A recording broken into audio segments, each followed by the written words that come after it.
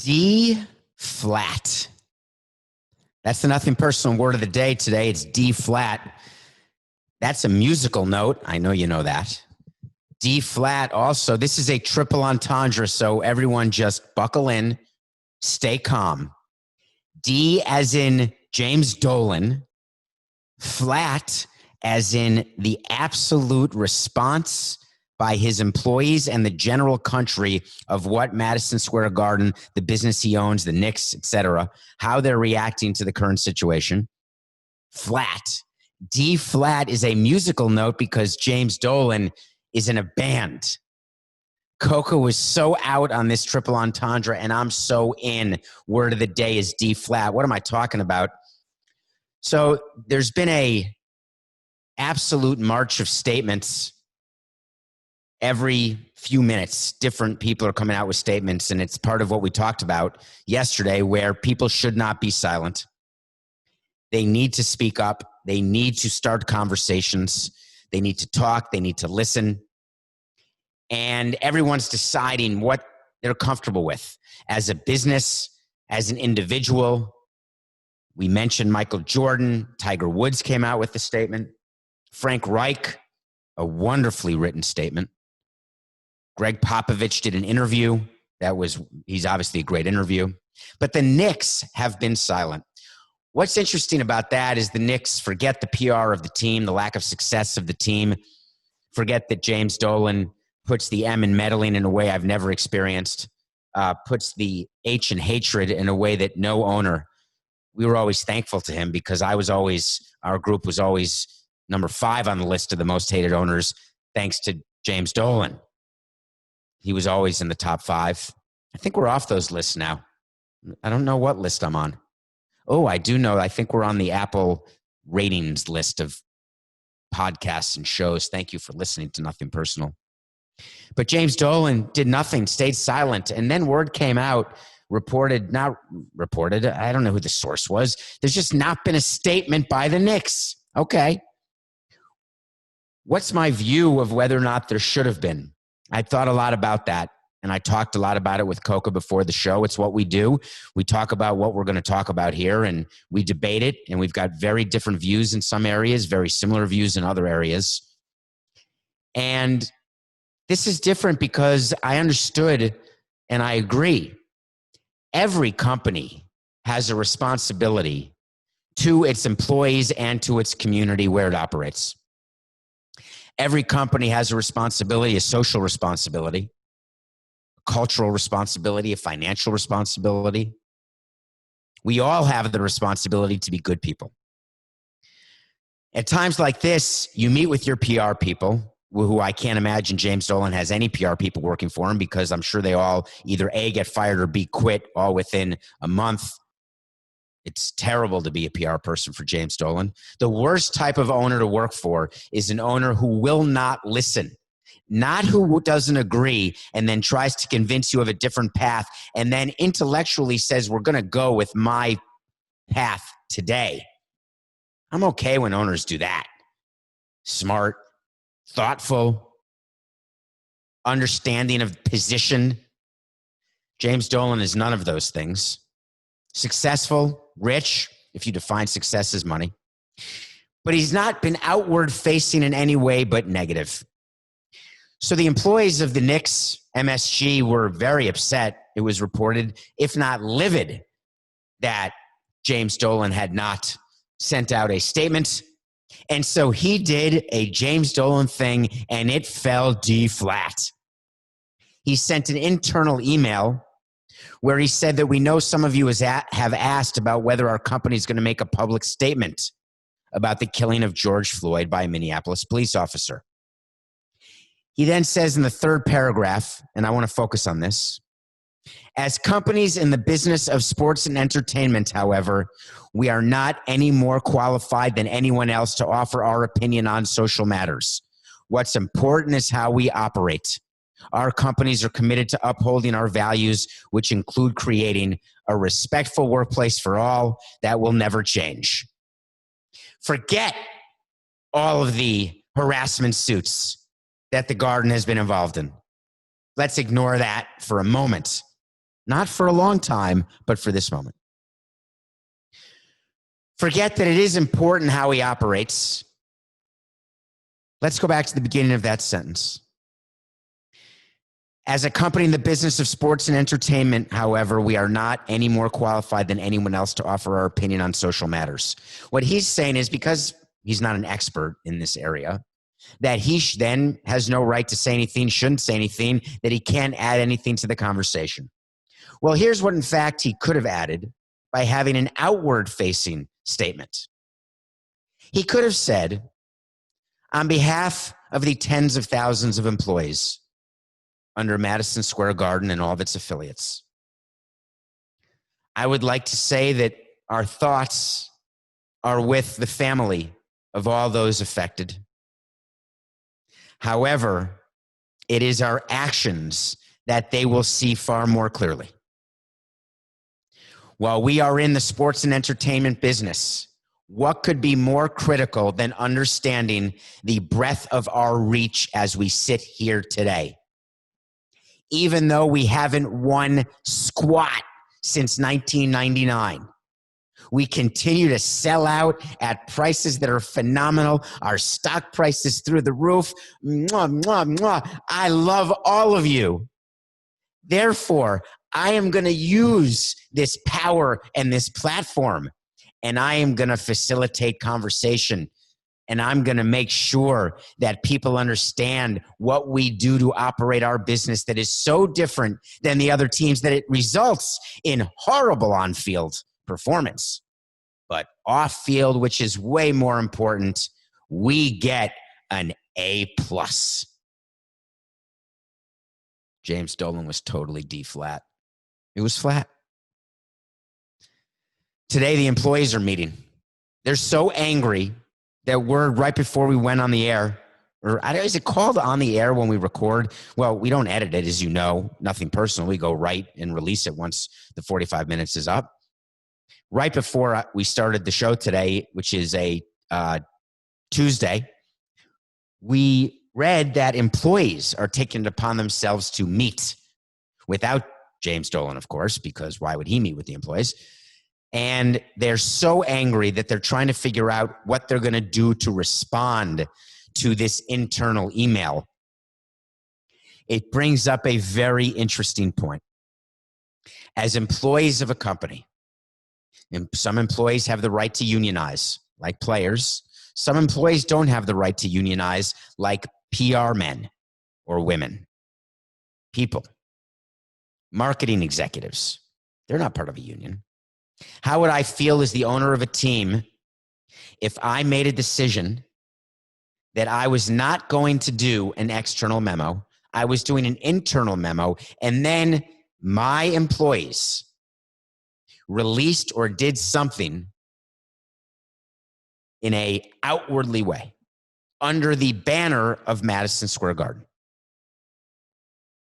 I was very strict with employees when I ran the Marlins for 16 years and Expos for 2.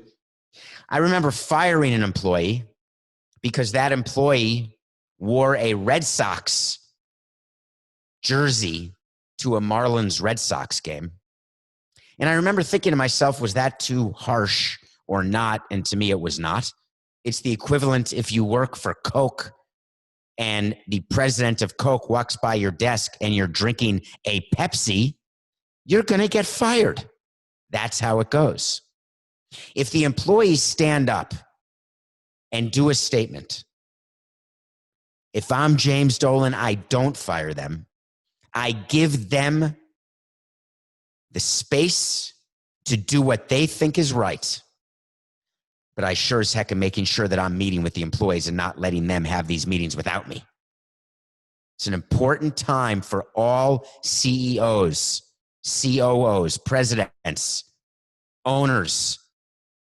What you are doing now is being watched by everyone more clearly than ever. And believe me, the microscope we are all under is so significant that you're sweating all day, every day. But now the microscope is even stronger. You can start a fire if you have wood below it and kindling.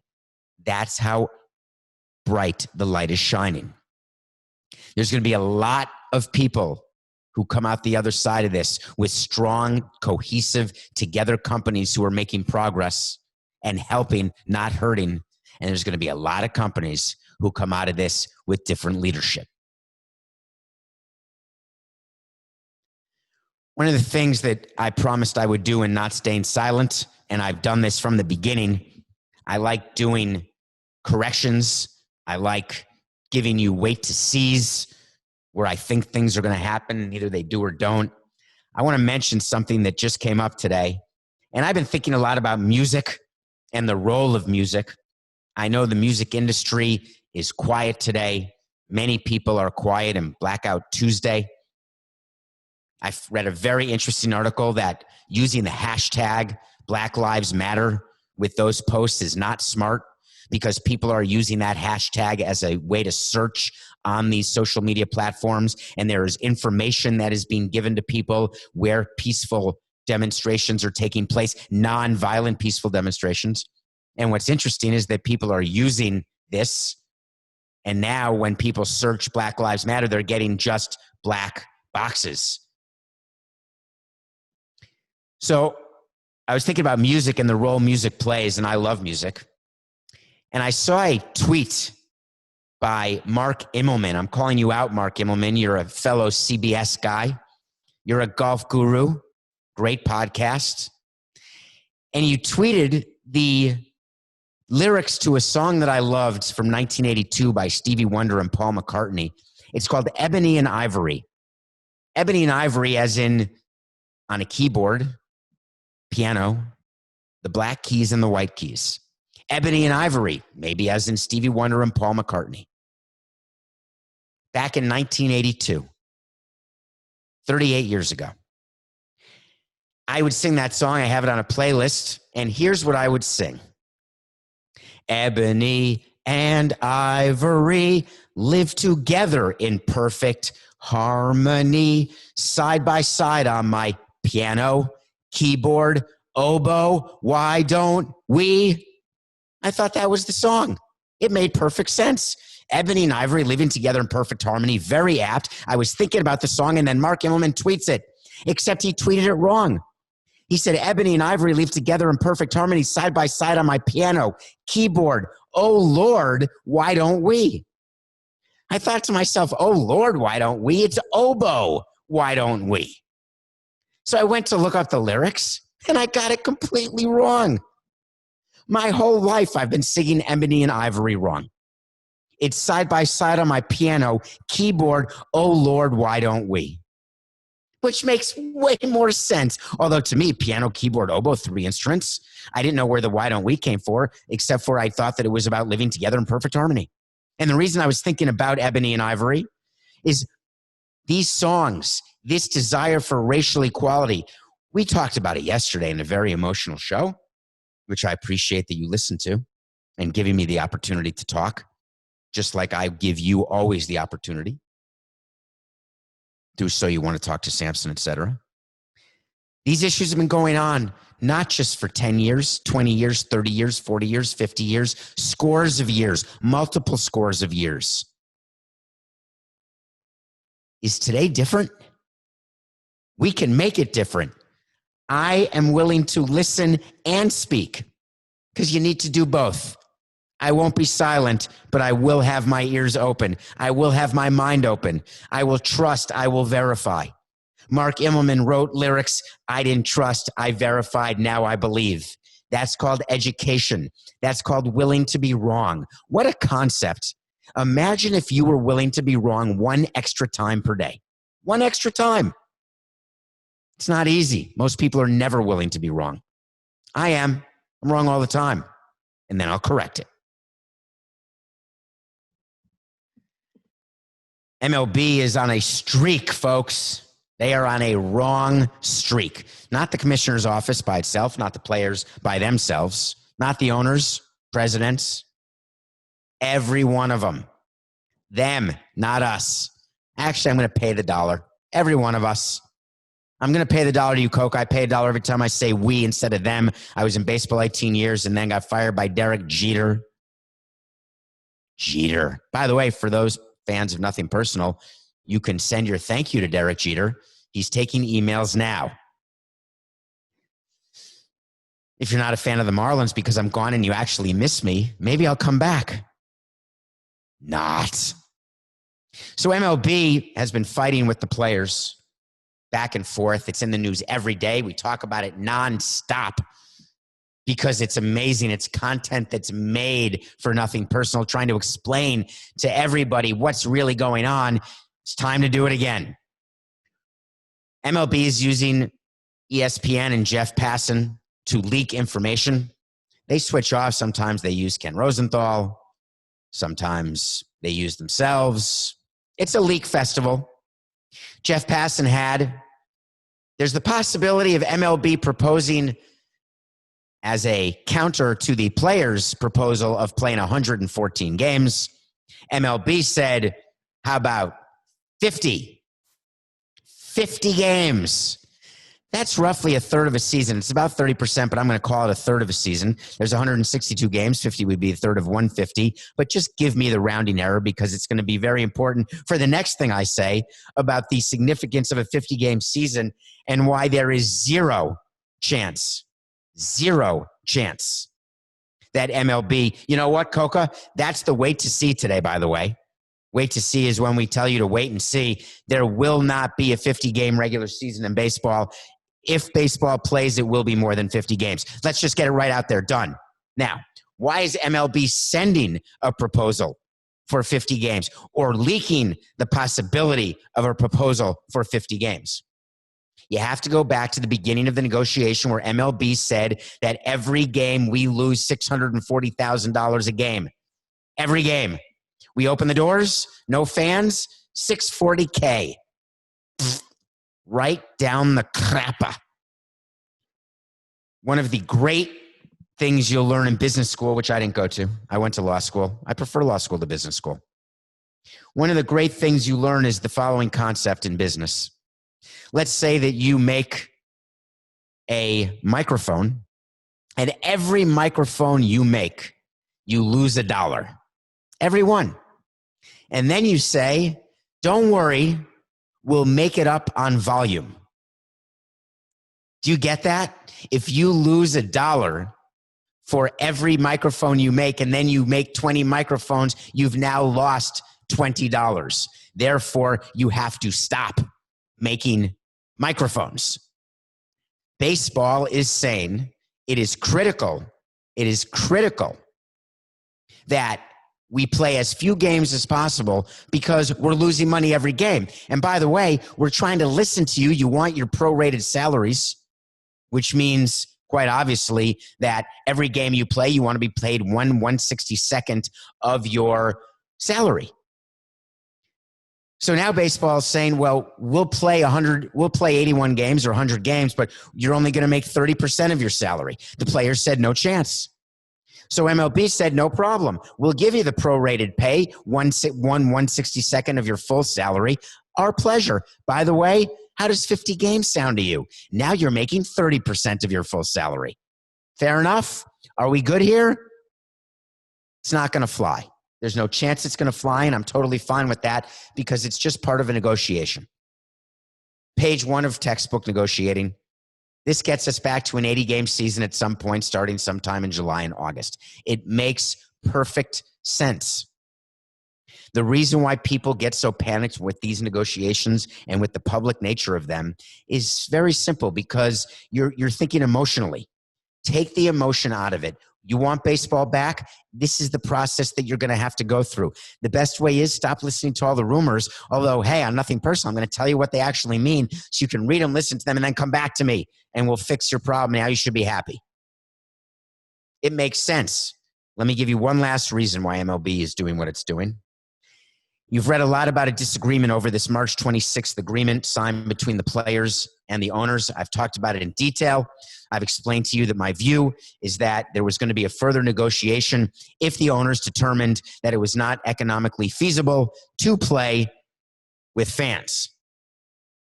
The players said, no, we already negotiated salary. We get our prorated salary. However many games we can play safely, that's what we play. So MLB, as part of the agreement, can choose the number of games. So MLB is maybe stepping away from the fight over whether there should be pro rata salaries. And now they're fighting on a different front, coming in from the backside on number of games. All of these maneuvering ends with a deal. Not today, not tomorrow. It's going to be measured in weeks, not days, because deals have to be agreed to, then they have to be papered, then they have to be voted on. Yes, you can call an owners meeting within a day, but the union will take a couple days to get the information to the players, so then the players can vote on it. Then it's another week or two to get ready to report to spring training, and then spring training can start. It's okay that baseball will not start July 1. It doesn't mean there will be no season.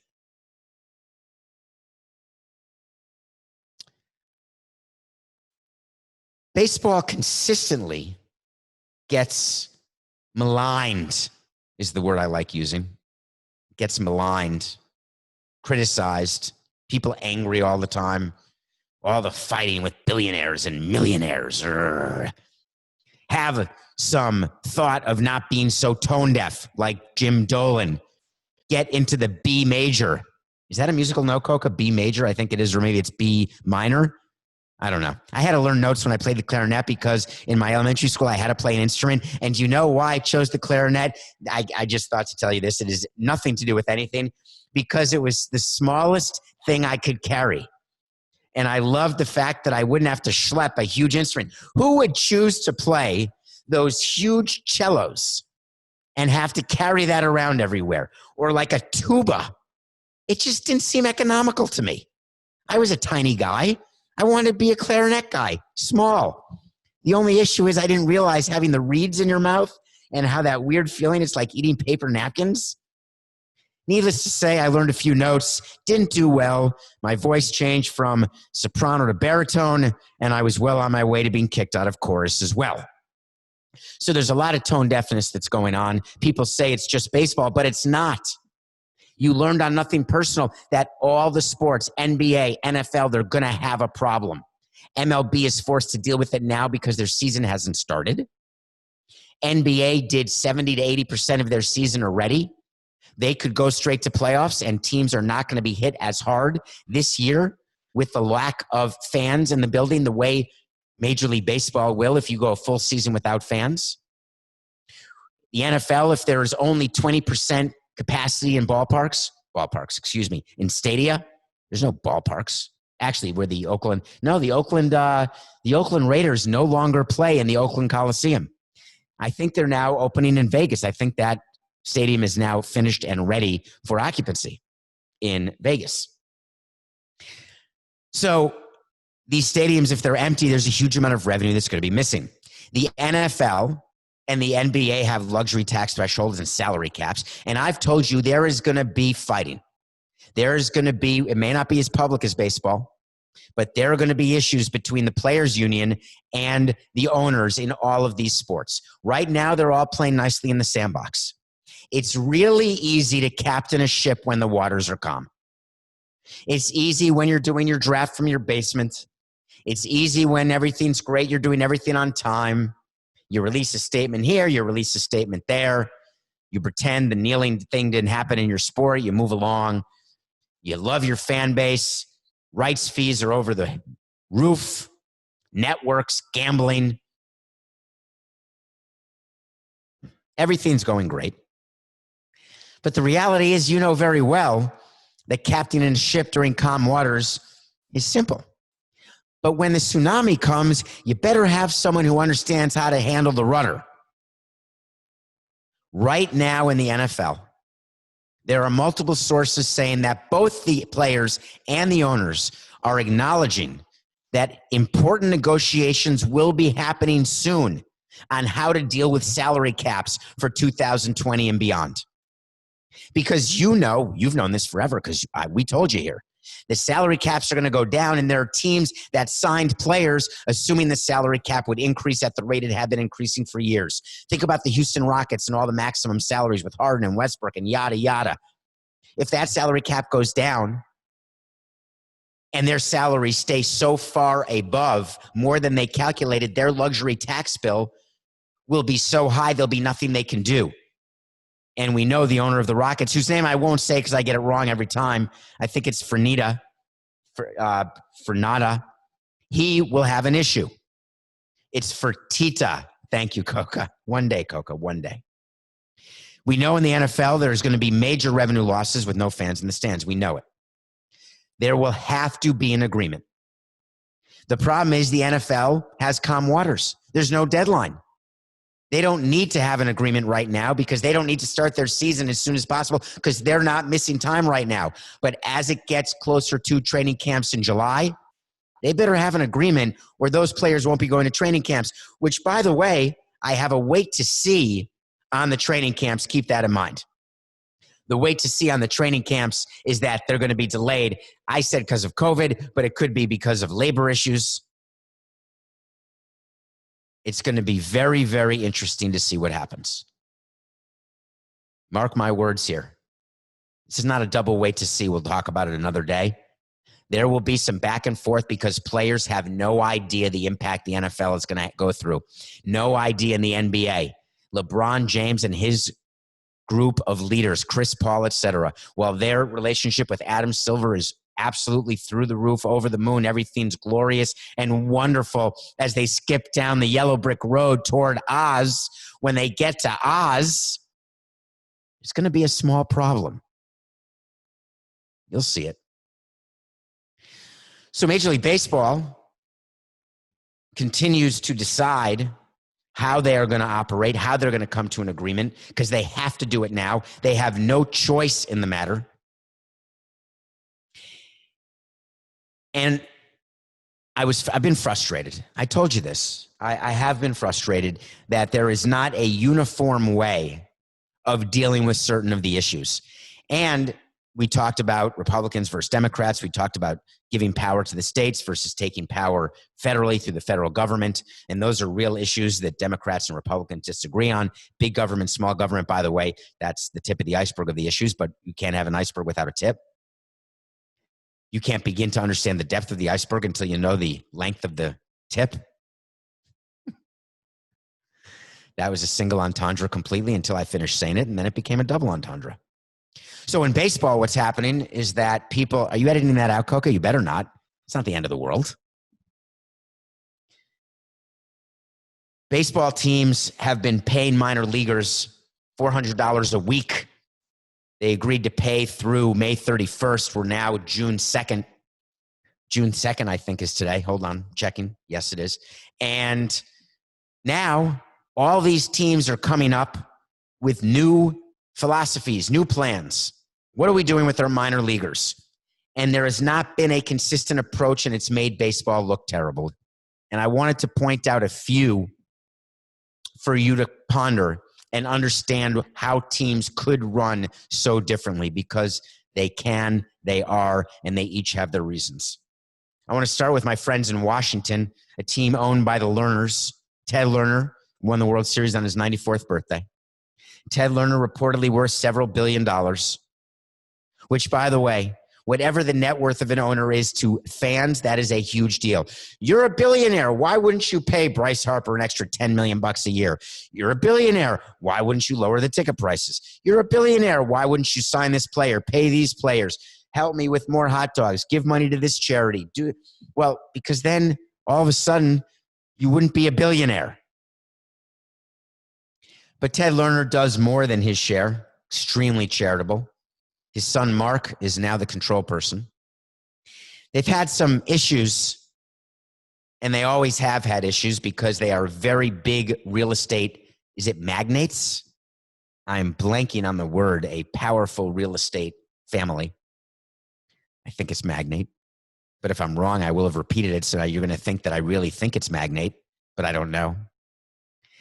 They've had some PR issues. They bought the Nationals, and they started running it like the real estate company. Can't do that. Many owners, that's called new owner-itis. They all have it. Every owner in every sport who starts gets new owner-itis. They walk in and they say, well, wait a minute, I do it this way in my other business. I'm going to do it this way in this business. Wait a minute, I need permission to granted before you do this, this, this, and this. Here's my checklist. Not realizing that in baseball, it's fast. There's things going on. You've got to delegate to your GM, and the GM has to delegate to people throughout his side of the business. The Nats have been a little tone deaf to that, And over the years, they've gone through some presidents. They've gone through some, Stan Kasten started there and then he didn't make it. They've gone through managers in a way that I thought only we could. And they've gone through, I don't know if they've gone through just as many. That's something we should do, Coca. Have the Nats under Lerner had as many managers as we did with the Marlins? I'm going to say there's a decent chance, although I think he started with the Nationals when we were already on our third manager. So it's not fair. You have to do apples to apples since Lerner started in the game, which I want to say was 05, but I could be off because I can't remember any year at all. So the Nationals came out and said that we have decided that we are going to pay our minor leaguers who we didn't release. And by the way, if you've gotten and read a ton of things about how sad it is that minor league players have been released, every year at this time, minor league players get released. Normal. More are being released now because there's no minor league season. I told you why owners are doing that. It makes sense. Why would you have a minor league player who's not even a prospect? Why would you keep that player? It makes no sense. It's actually hurting him. It's making him feel like he has a chance. I'd call him up as the minor league farm director and say, listen, John, you're not going to make it. We're not paying you. We're releasing you. If I were you, I would go try to get an education and try to find work. So the Nats announced that they weren't going to pay the $400 to the existing minor leaguers. They were lowering it to $300. And people lost their minds. Billionaire Lerner cuts minor league salary from $400 to $300. Not looking at it from the other side, billionaire Lerner decides to continue to pay minor leaguers who, believe me, are not doing 1 minute of work right now. And then the national players, led by Sean Doolittle, who is a very outspoken member of the Nationals, did something that if I were president of that team, I'd be so furious, so embarrassed. He went public saying, you know what, if my owners aren't going to do it, we're meeting with all of our major league players, and we met and unanimously agreed that we will pay the minor leaguers the difference. I love it when players do that. Our owner is such a cheap son of a gun. I can't believe I sound like Charlie Daniels in Devil Went Down to Georgia trying to edit my song. Son of a bee. They're so cheap that we're going to make up for it. We're going to pay. Well, Sean, I got a question for you. How are you going to do that exactly? Are you calling up the accounts payable department in the front office and saying, listen, here's the list of the following 100 players, and I'd like them all to get an extra $100 a week, but I want it to come from my account? Oh, no, actually, you can just do a direct deduct from the amount that you're paying me, and if you could just switch that over to the minor league players. Well, what about taxes and withholdings? Interesting. And is this a gift? Or because then you're going to be over the limit of gifts? How is this? Maybe are you going to give a gift to each individual player? Would you like their names? Do you want to give them an envelope with a $100 with a C note? Would you like a forwarding address? And then would you like us to make sure that all the different players get a list of who they're giving the $100 to every week? Are you going to send it once a week, twice a week, once a month, twice a month? People come up with all these ideas. They're hard to implement. They don't think of logistics. They think of PR. They think of saying my owner is an absolute cheap SOB, but thank you for the expensive ring I'm about to get with all those hundreds of diamonds. So guess what the Nationals did? They said, oi, we made a mistake. It's not worth it. They reversed course. They sent an email to all minor league players saying, after further internal discussion, we have decided to pay you the $400 per week. Who's helping the Lerners? Was it worth it? If you're going to do it, do the A's. Be the A's. Be John Fisher, the owner of the Gap, son of the founders of the Gap, I guess. Don't pay him at all. You don't cut them from 400 to 300. You're going to look bad no matter what. And then you've got to change course because your players made a stink and a fuss. That would be like firing a manager and then rehiring him that day because your players made a fuss. Who would ever do such a thing?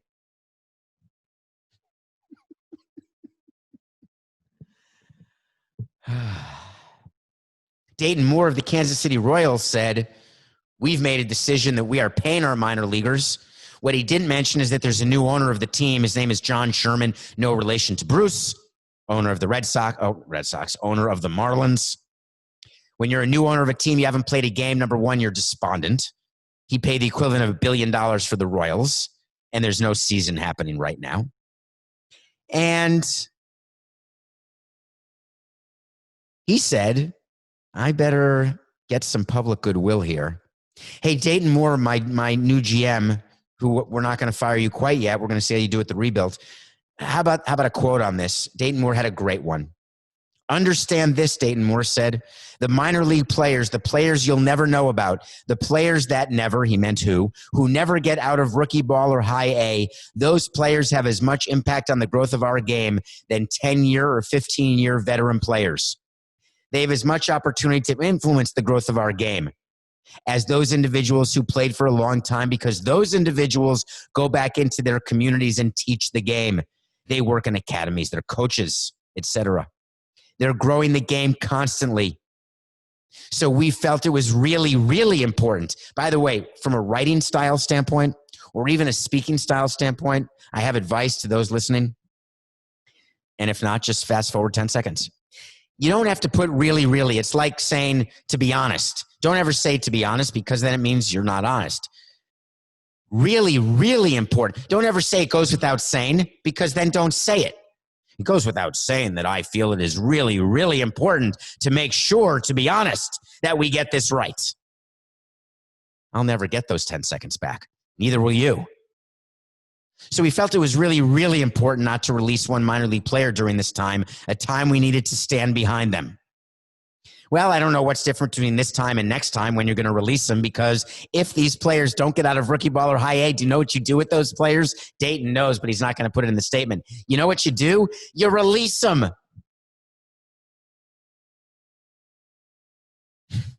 Anyway, I'm not working myself up. I'm just saying that that's what happens.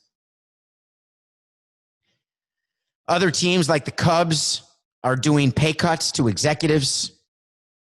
2/3 of employees were cut about 15% or less. The cuts were in 10 to 35%, the more money you make. Dodgers did the same thing. Teams are doing this. It's what the owners said they should do. It's what businesses are doing. It's what we talked about on Nothing Personal. It is critical. If you're making the most money, you get the biggest cut, but you're still making the most money. When you cut someone from 60 grand to 50 grand, you cut $10,000, makes a big difference. When you cut someone from 500 grand to 490 grand, it's not as big a difference in terms of life. We know this. Again, that is math. Some teams have chosen no cuts at all. We talked about the fact that the Nationals are. The Marlins, I give them credit. The Tigers, the Rockies. Then there was a team who did what the Nats did, and as far as I can tell, have not changed their mind, which is interesting to me, because this is a team that I know well. It's a team called the Arizona Diamondbacks, and this is another example of how teams are doing things all differently.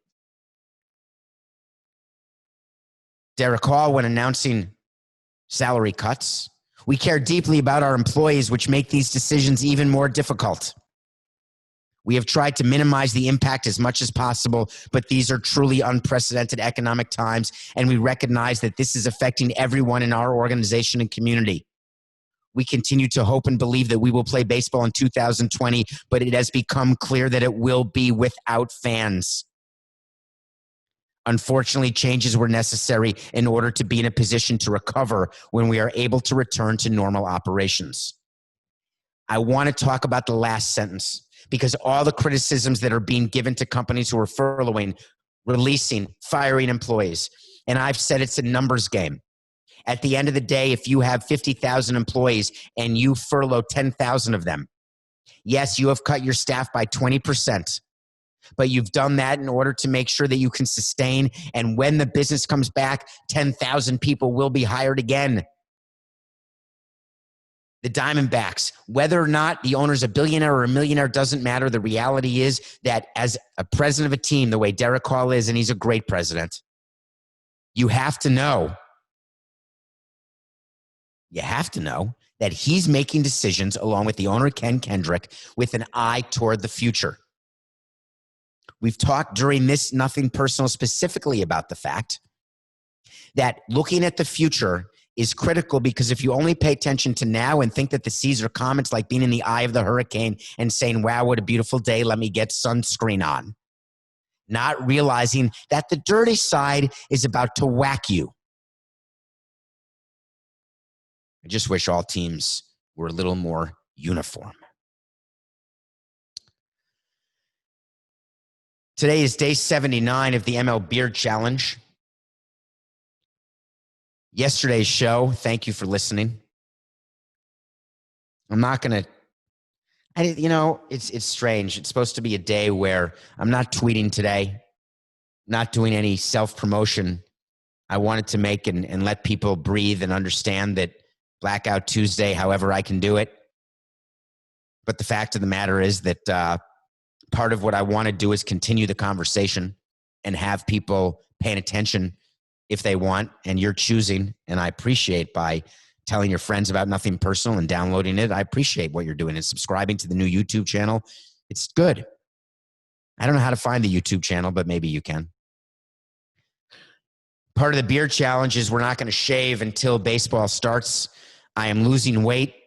I'm down about 8-9 pounds since quarantine started, and the beard challenge started for the simple reason I actually can't eat. I'm going to have to start eating through a straw. Coke and I agree that we have to get blenders because we're not trimming our beards. We're not doing anything. And basically, I live my life now with hair in my mouth. And when I take a bite of something, sometimes I pull on the hair that's coming out of the mustache, and it just downright hurts. But what we talked about is we're going to grow the beard until MLB has opening day.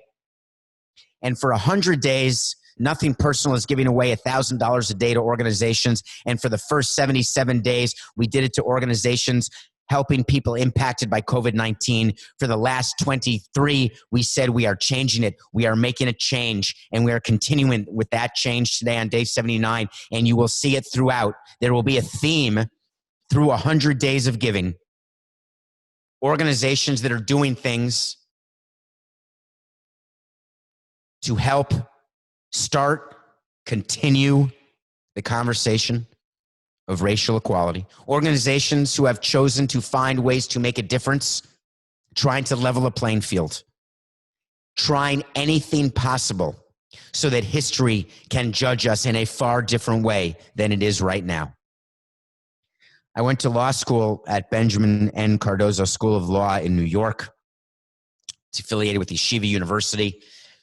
One of the things that I loved about Cardozo when I went was its clinical programs, because I always wanted a chance in law school. I wanted the opportunity to actually be a lawyer before I even passed the bar.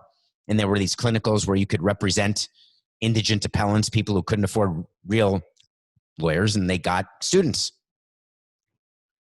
There was something called the Innocence Project at Cardozo, started by, among others, Barry Scheck, who you may know as a name, part of the defense of O.J. Simpson. But much more well-known for something called the Innocence Project. The Innocence Project is an organization that fights to overturn those who have been wrongly convicted and have spent years and sometimes decades in prison.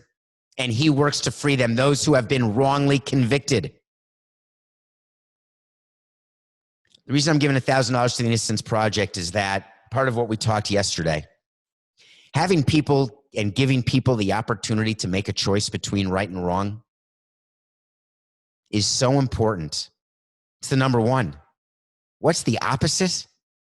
It's when people don't have the choice and they've been told that they're wrong when in fact they weren't. And then they've got no other choice because they're part of an incarceration system, which we know is broken, which we know is not rehabilitative or even a deterrent. And scarily enough, sometimes is a preferred destination for people because of the squalor that can exist, or the violence even that can exist outside the prison walls. Innocence Project works to get people out of prison and helps. It doesn't just get them out and then forget about them.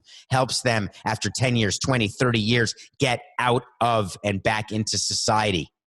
To the Innocence Project, I say, I am extremely proud to have been associated with you and of the work you've done and of the lives you've changed. Because you've known what hopefully everyone will now know.